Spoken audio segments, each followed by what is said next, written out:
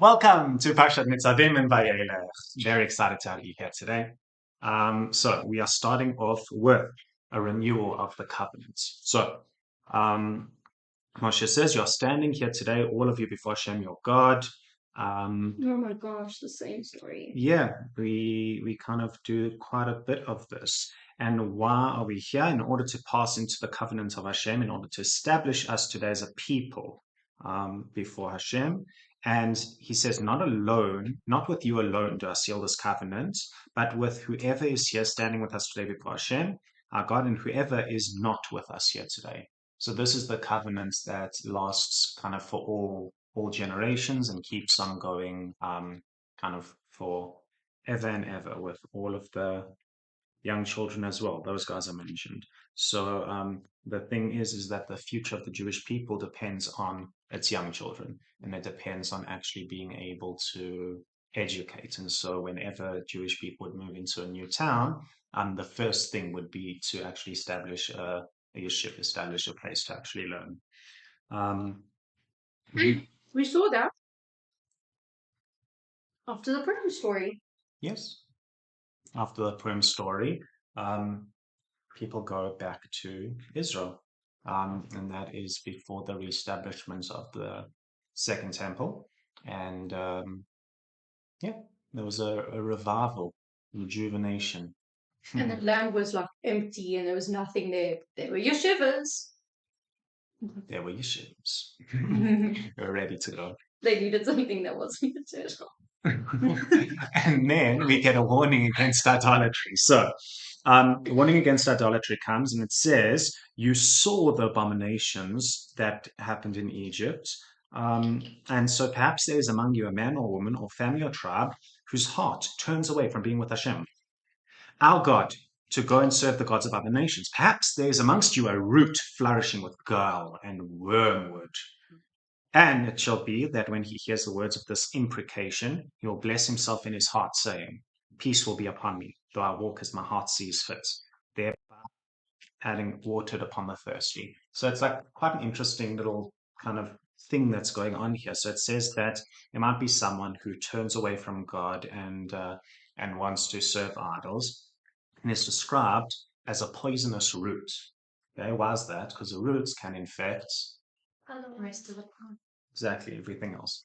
Now, what's really interesting here is this is like it's translated differently quite often because it's a weird sort of sentence. So in English, in this translation, in the what's it called, the Stone edition of Art Scroll Chumash, it says that he will thereby adding the watered upon the thirsty.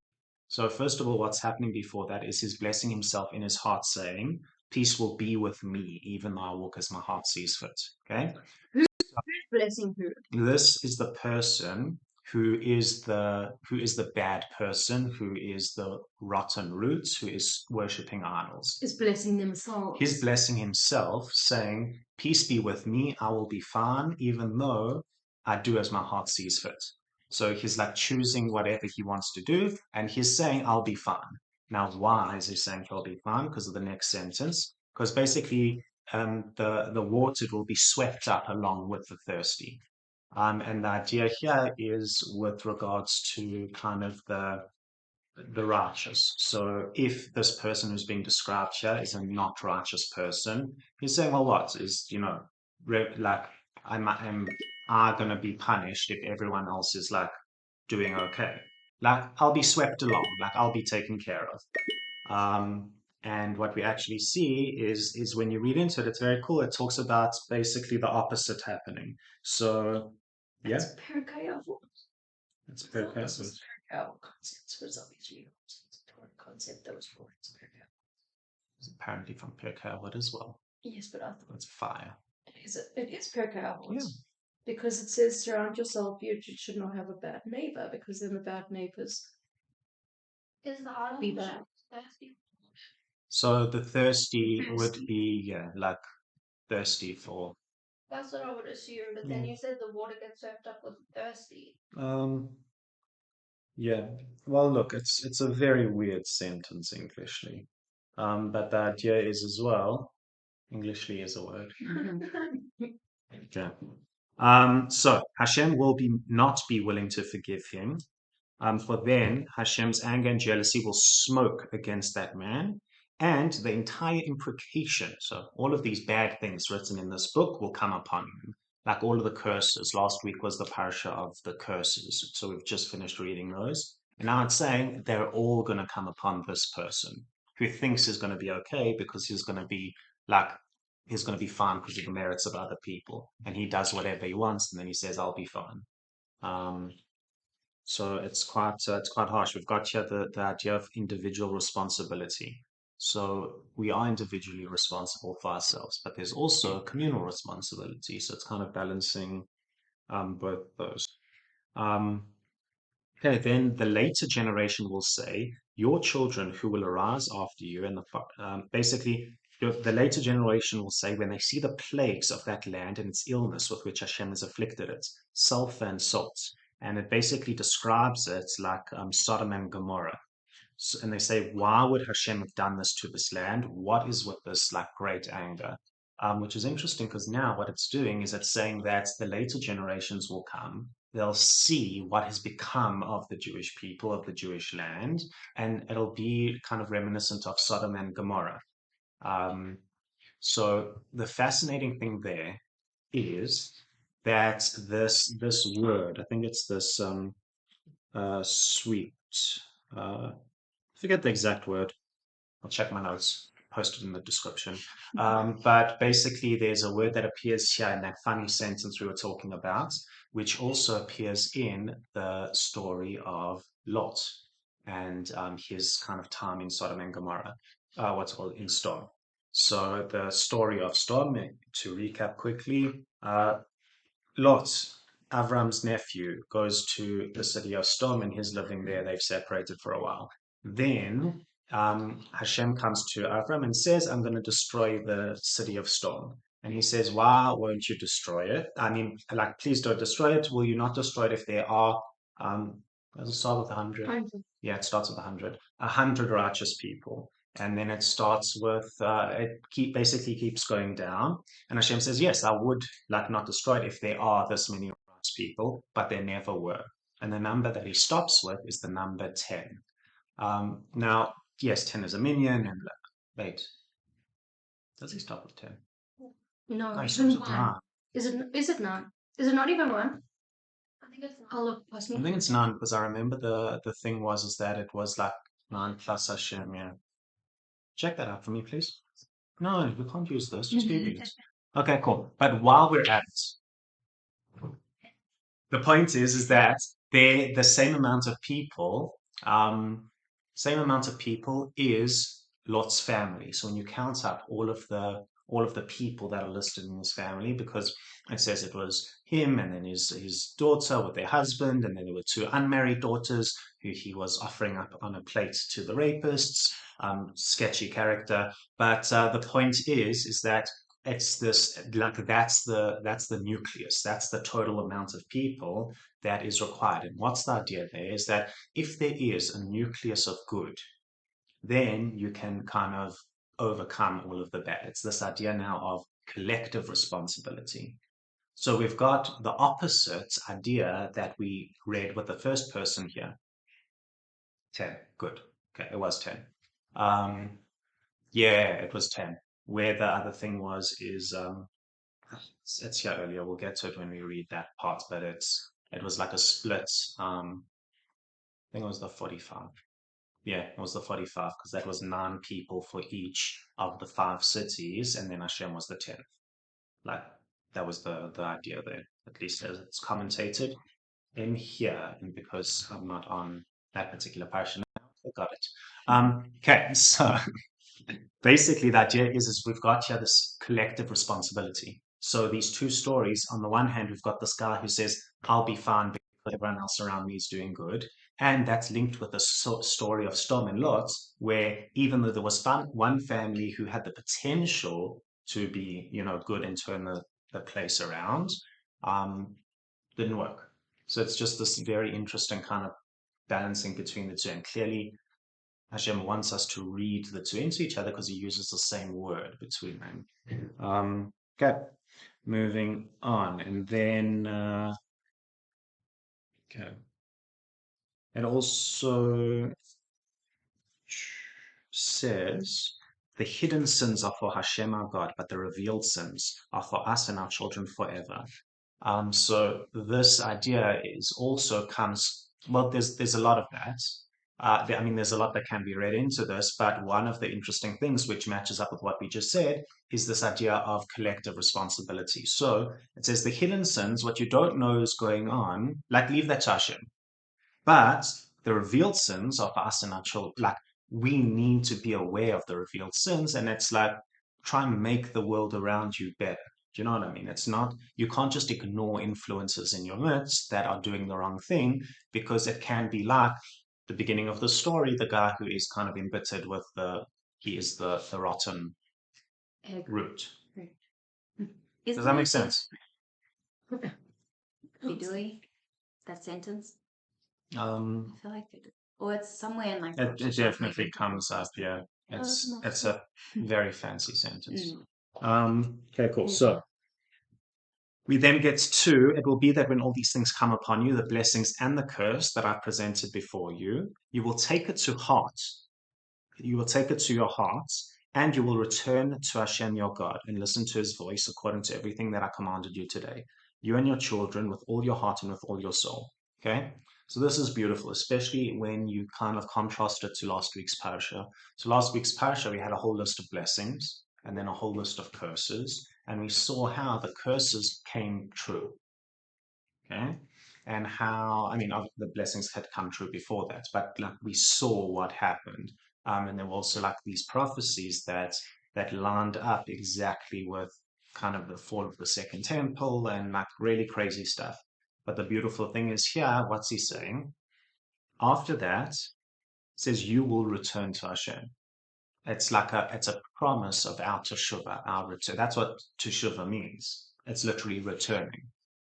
And so then Hashem, your God, will bring back your captivity and have mercy upon you. And that's like quite a heavy sentence. I mean, what's it, like 2 weeks, 3 weeks away from, no, like I think 2 weeks away from the anniversary of October 7th. Yeah. Yeah. So Hashem, your God, will bring back your captivity, have mercy upon you. He will gather you in from all the peoples to which Hashem, your God, has scattered you. So this is the kibbutz galuyot. This is the ingathering of the exiles, and it's one of the sons of Mashiach. And we saw this happen. We saw this happen when the Jews started coming back to Israel. It's like it's a crazy, crazy thing. I mean, do you know that we're the only like dead language that has been revived and is like actively spoken? I didn't know that. Crazy. Mm. And I mean, that's all happened there. Also, the fact that we actually returned from exile and we didn't assimilate into our host countries. So without a homeland, most people, I mean, I think it's pretty much across the board. Anyone who hasn't had a homeland has ceased to exist, sort of as a nation. Okay, because I mean, how do you maintain that over the years?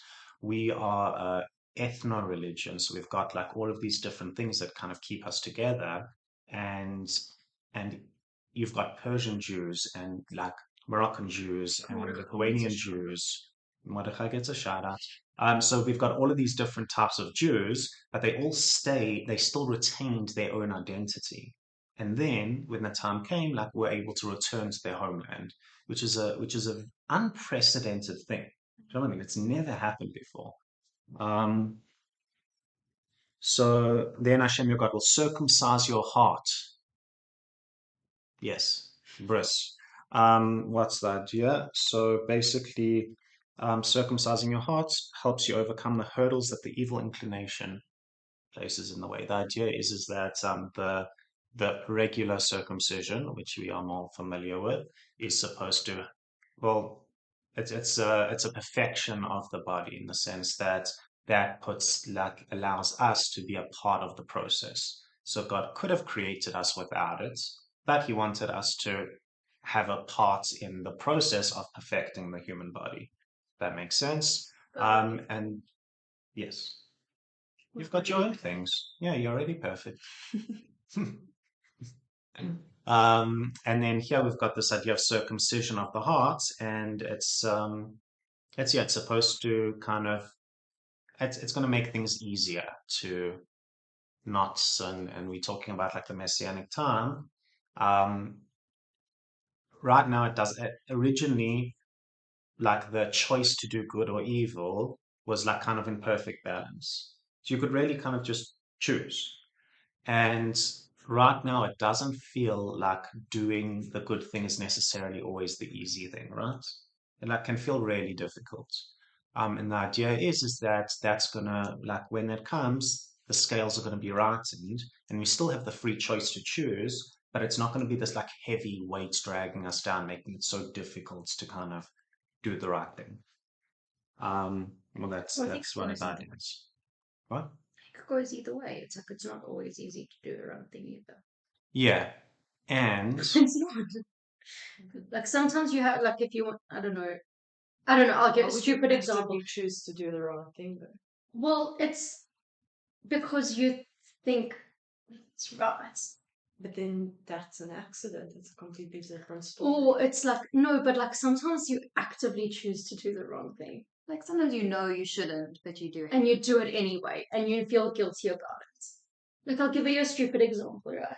If I were to go eat non-kosher, I would feel so guilty. I wouldn't be able to do it. I physically wouldn't now actively go and sit somewhere, like, eat something non-kosher because I would feel too guilty to do it, right? You wouldn't do it in the first place. Wouldn't do it in the first place, but someone else might. Someone else But might then still for go them, and do it's it. their decision, It's not the right. It's still not the right thing. according to you. No, according to the law. It's like the book that we're reading. And people do things that are against the law all the time. That's Yes. why the law is like. Well, It's easy to do the wrong thing, and it's easy to do the wrong thing. It's hard to do. It's hard. I think it's hard. viewers at home, what do you think? Comment below. I'm totally cutting this section. No, I don't think. I think it's hard to do the wrong thing.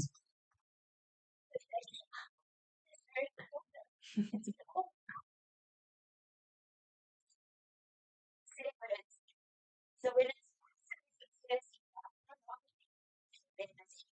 but what about those things that we know we're supposed to exercise and we don't?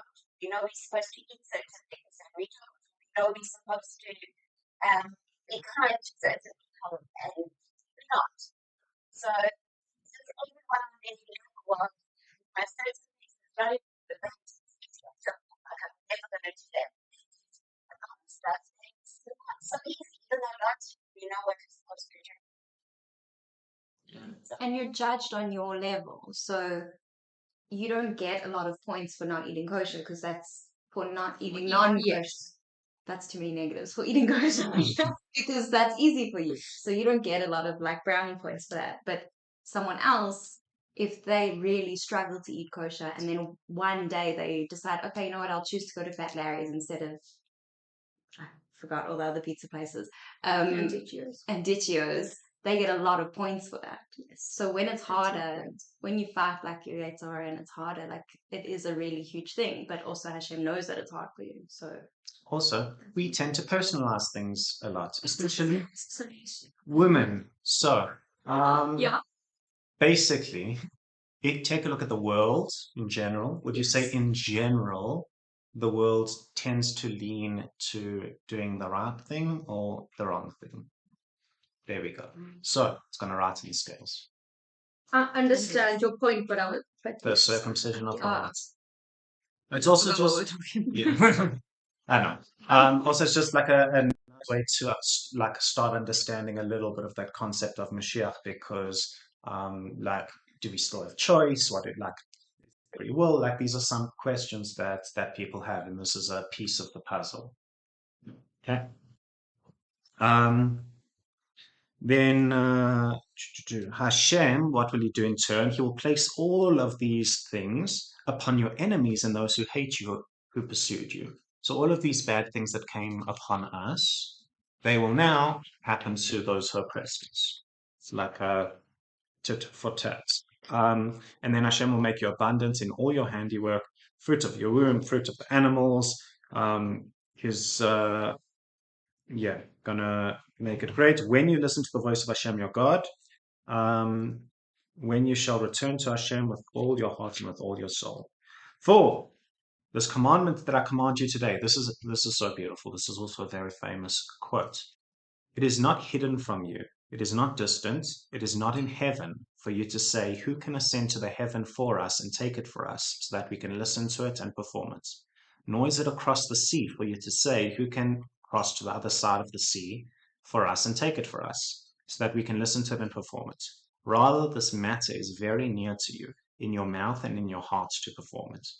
So it's beautiful. It says that the Torah isn't in heaven, that you need to have someone special to go and fetch it for you. The Torah isn't across the sea that you need to traverse these great distances. It's here.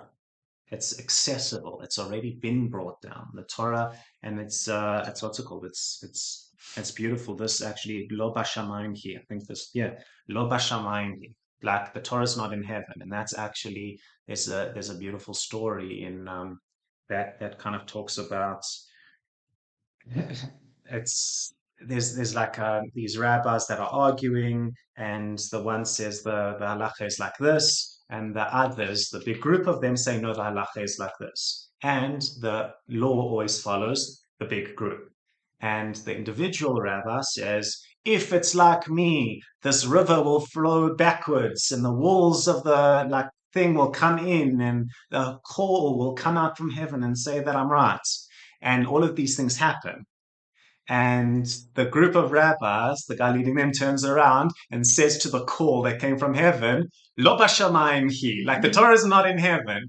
You gave it to us. The system is here for us to work with and to that's the system. The system that was set up means that within the bounds. So it's very much contained by what we are allowed to do and how we do it. But within that, what we say goes. We are partners in creation. And if you think about it, Hashem could have made the right thing to do anything. Do you know what I mean? Anything could have been the right thing to do. So part of the system that he set up is when we're working with it, when we have the structures, we're partners in that. So much so that, we do the checking of the new moon. And then that has massive implications because depending on when the month starts, depends on when the festivals are, all of these things. So we know exactly when they are because we can calculate it. But they still used to have this mitzvah of going out and assessing and looking and seeing. And there was another story of a guy, basically they got the day wrong. He calculated it, but they had already established that this was the first day of the month, which means that it's not wrong anymore. That is the first day of the month. And it was the month of Yom Kippur and Rosh Hashanah and whatever. And if he had not fasted, basically if he had eaten on the day that was now Yom Kippur, he would have been completely wrong. He would have what's it called? He would basically not have kept Yom Kippur. That's the idea, because that wasn't Yom Kippur anymore. The next day was Yom Kippur.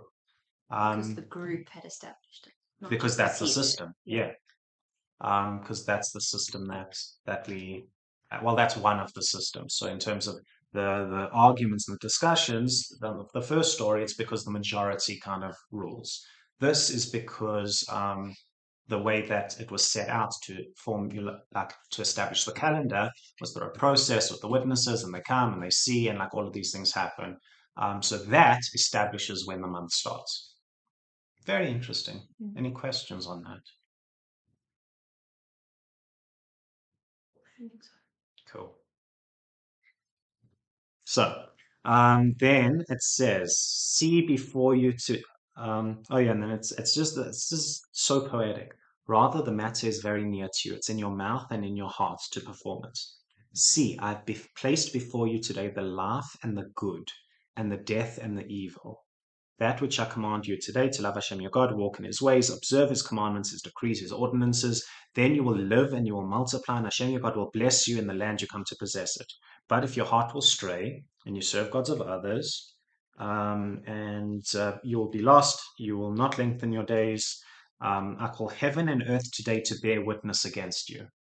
Okay, so like that, who are the witnesses to this covenant? It's heaven and earth who are eternal. And heaven and earth actually come into the story all the way back when. They're the kind of entities that Hashem constructs and sets out when he's like setting up creation, um, which is quite cool. They get brought into it now as well. So and then it says, I've placed life and death before you. Choose life so that you will live. I really like that. And what's life? Eitz Chaim Hi. Life is the Torah, which is really cool. And that concludes the Parsha of Nitzavim. One of the things that it talks about here is that have you heard of the idea that that the fetus is taught all of the Torah in the womb, and then kind of the angel touches them here and they forget it? And that's the idea of like it's in your heart, it's in your mouth, it's so near to you, it's so close to you because it's familiar. When you're learning Torah, it's not like having this strange like kind of experience. It's more like remembering something that you once knew, which is really beautiful. Okay, that is the first one, and we've got another quick Parsha, Vayeleich. So Moshe then takes leave and he says, I'm 120 years old today. I can no longer go out and come in. So this is now Moshe's last day. The next three parshas, so this one, the following one, and the next one all happen in the course of one day. He knows that he's going to die, and it's the final conversations. Okay. Basically, he says that don't worry, Hashem's going to go before you. He's going to destroy the other nations, just like he did for us with Sihon and Og, which were kind of the battles that they had before. And he says, be strong and courageous. Do not be afraid. Do not be broken. So this be strong and courageous, he also says to Joshua, and that's that whatever. I mean, I'm sure you'll hear about it in shul because everyone loves to talk about that one. So be strong and courageous, for you will come with this people into the land. And he basically tells Joshua that you are going to be a great leader after me. Hashem will be with you. You'll take care of the people, and everything's going to be good. He's his second in command. He's going to be the one to take charge after this. And then the next book that happens after this, so after the 5 books, we get Joshua, and it carries on the story, picks it up right where we leave off at Simchat Torah, and picks it up with now the journey into the land. So it's really cool to kind of also learn the Nach part of the Tanakh. So then we have Hakel. So Moshe then he writes the Torah, he gives it to the Kohanim, and it's kind of been codified now. So it says, at the end of 7 years, at the time of the sabbatical year, when all of Israel comes before Hashem your God, you will read this Torah before all of Israel. So what is this? This is the mitzvah of Hakel. Hakel is where the king would get up and read from the Torah to the whole nation. Why was the whole nation there? Because they had already gathered for the pilgrimage festival. So there were 3 times a year. The Shalosh Regalim, not the Shivat HaMinim. Yeah. So those are 3 times a year where everyone would go gather in Jerusalem. And so this happens only after one of the festivals and only after the Shemitah cycle, which means that it only happens every 7 years. Okay. So this is like a really special kind of thing that's going on. And it's Which festival? It said here Sukkot, right? Yeah, Sukkot. Cool. So I would think so, because it's in Qatar. Yeah. It just makes sense. Yeah, that's true. So a really cool thing that happens here. Hakel, right? Let me just refresh. Basically, the point of Hakel, Is to fear God. Oh, yeah, thank you. That's what it is. Okay, now I'm ready to start. So, why does Hashem say this? He says, what's it called? Why does Moshe say this? He says, So they will hear, they will learn, and they will fear Hashem your God.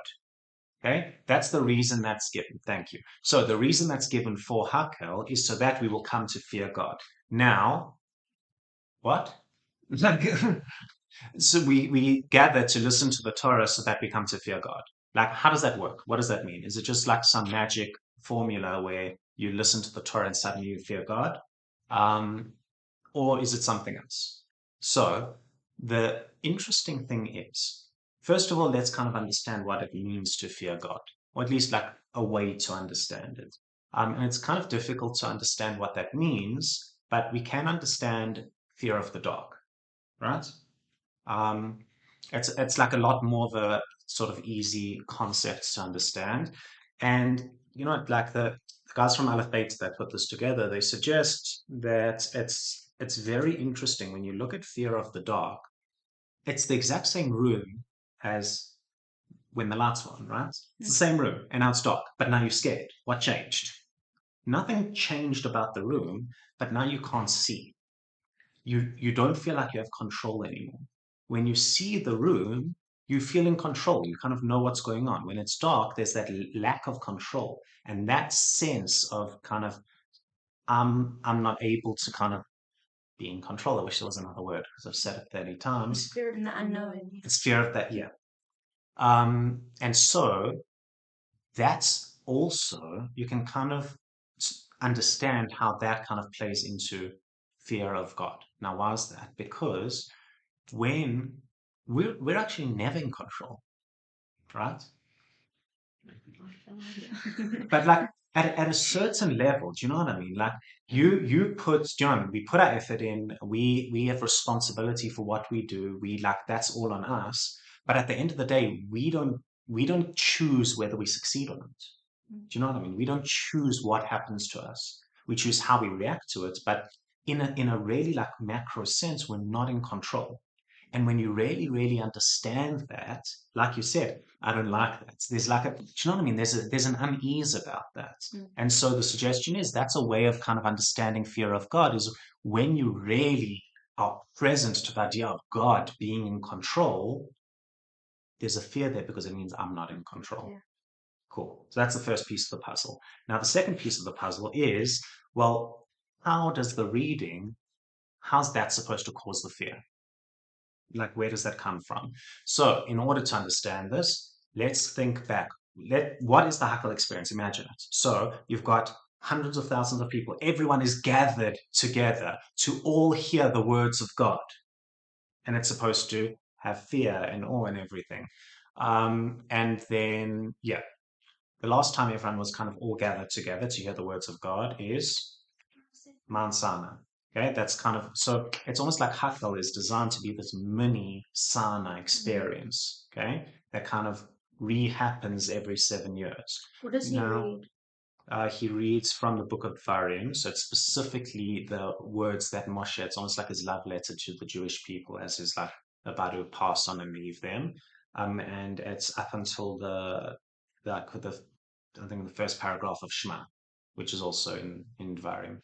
So those are the sections that he reads. But this is the fascinating part. What a letdown, sure. Have I just forgotten? It's okay. This will be edited out.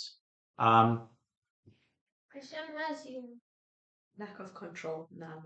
Thank you. So, thank you. So, lack of control is what we described as fear of God. Now, how does fear of God come from Hakel?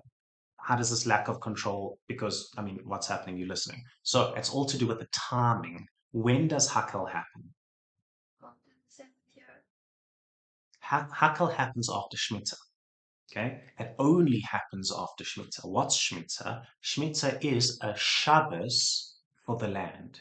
It's a full year. So 6 years, you harvest, plant, like all of the stuff. The 7th year, there's no harvesting, there's no planting, there's no reaping, there's no sowing, and all of these agricultural terms. I think I reached my limits of them. But the point is, can you imagine what that's like for a society that is built on agriculture?